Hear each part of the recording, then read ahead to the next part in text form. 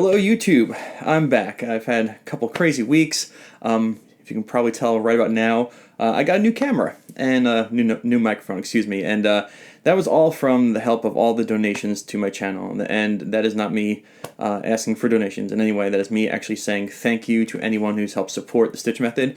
You helped me get a brand new DSLR camera to make my video quality a little bit better, which I really appreciate and I'm really excited about. So this is my first DSLR video, so hopefully it comes out well. I'll torque it and get better and better at it, I promise. So right to the chase. With the launch of the Blues Masterclass, I got a couple of questions from a couple of students of it, and also a couple of my private students, which I'm going to address right now, which you can probably tell by the title, which is about bending, and how do we bend on other strings, and what specific notes do we bend in the blues. So let's get to it right away. I'm going to do this with a Form 1 pentatonic. We're being an A blues. Now what I'm going to show you really is only specific to the Form 1 pentatonic and also to an A blues. So it's okay though, because you can move it anywhere, okay? So right here, A. So we're going to play our Form 1 pentatonic, 5-8, 5-7, 5-7, 5-7, 5-8, 5-8.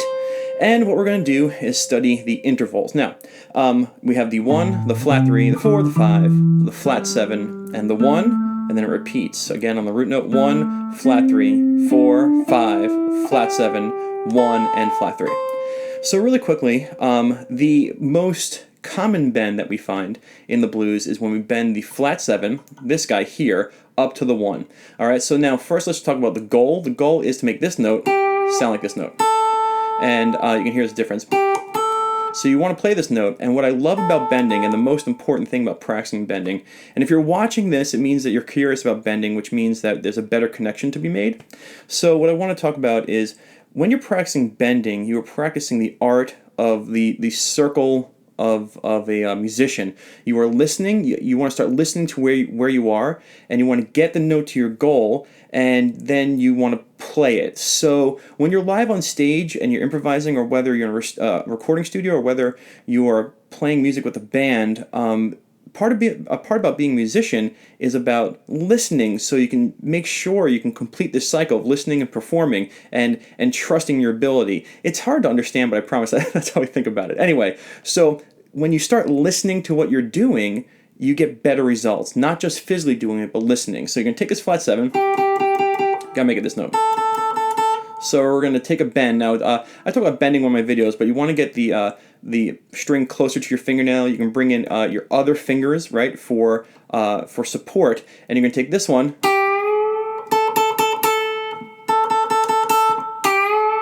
There it is. Now, a couple things you can do with a bend, and this is not the only bend I'm going to show you, but two things you can do with a bend. Number one is you can bend, obviously, right? And you could pluck it and bring it down. Keep the pressure on that fretboard and coax it down as if you're like somebody's handing you a child from the second-story window, and you're slowly letting them down. You're taking their weight. So you want to kind of and release it. So the weight of that string is pushing your finger back. And you hear that all the time. Okay, there's the other bend we're going to talk about. But anyway, so that's one thing where you can bend up, and you can slowly release it to its goal, or back home to where it was. All right, so bending the flat 7 up to the 1. There it is. Ooh, maybe I was off. There it is. Okay, so you want to practice, and you want to listen. That's not enough. That's too much. There it is. All right. So anyway, so that's one thing. Another thing you can do is take your right hand, right? Take your right hand, and you can stop. You can stop the note mid, like right on its arc. Oh, really? Like that. And you're just touching the string. You're just touching it. Boom. You're not hitting the guitar. You're just touching it. Just like a piano hammer or dampener would touch the strings, right? So you can come up, come down, or you can kill it, and then keep playing. The other bend we have is on the 4. The 4 is usually bent up to the 5. If this note here, all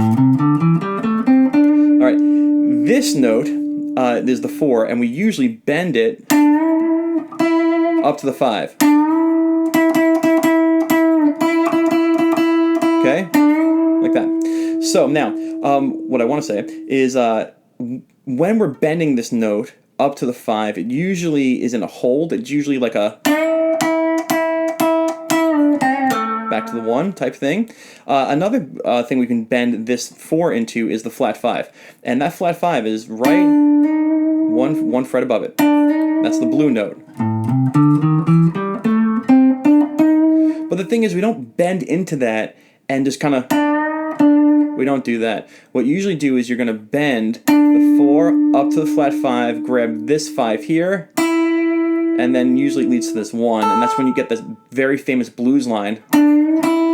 Because what you're doing is you're bending from the 4 to the flat 5 to the 5. Okay?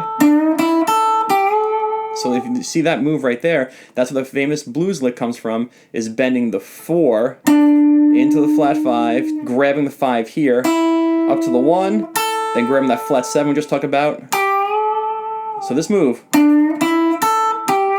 involves 2 of the most common bends in the blues. All right, so now the third one I want to talk about is a term that I call the twang. And it's very, very important you understand this. So hopefully you've seen my blues videos, and the one, blues trick number 1, about the major third. This guy here, that's not in our pentatonic, but it is in fact in the scale that we use from playing the blues. Well, the note behind it is the minor third. And we got to talk about this. This note and this note here are separated by a half step in music, but there's a lot of room in between a half step. Now, I'm going to date myself and sound crazy, but I want you to listen to this. Some of you out there might know the term A440, and what that means is anything that shakes 440 times a second sounds like an A note. This A string is vibrating 440 times a second. And on tuners, old tuners, not snarks or your digital tuners anymore, there used to be this setting that said had A440, A439, A438, 437, or 441, 442, 443.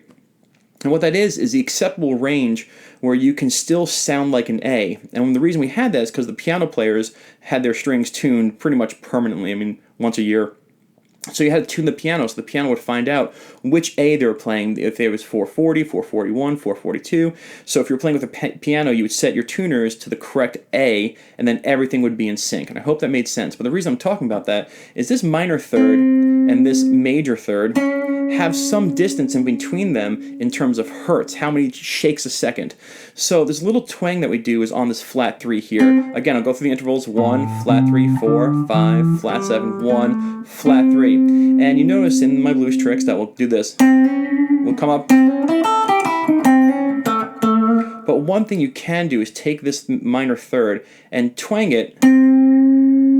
And this is like halfway between the minor third and the major third. And it's acceptable because both this note and both this note are in our scale. So when you're playing the blues, there it was.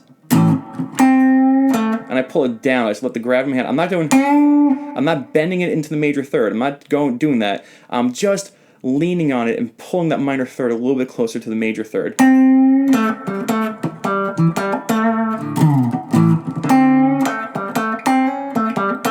Okay, so the 3 bends I want to talk about are the flat 7, this guy here, bent up to the 1.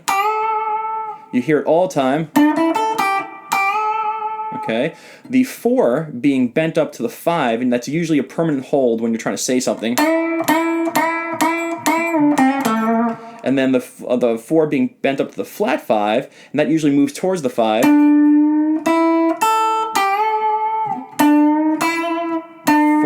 to the 5. 4, flat 5, 5, that's what I meant to say. And then the twang on the minor third.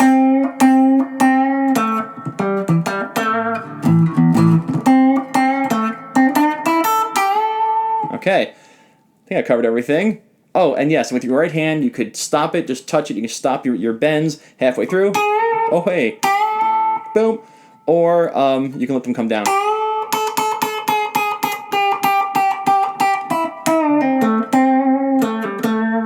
Alright, I hope you liked the video. Just a quick little tutorial about the bends. And hope you like the new camera. I don't know. We'll see. It's a test. This is a test.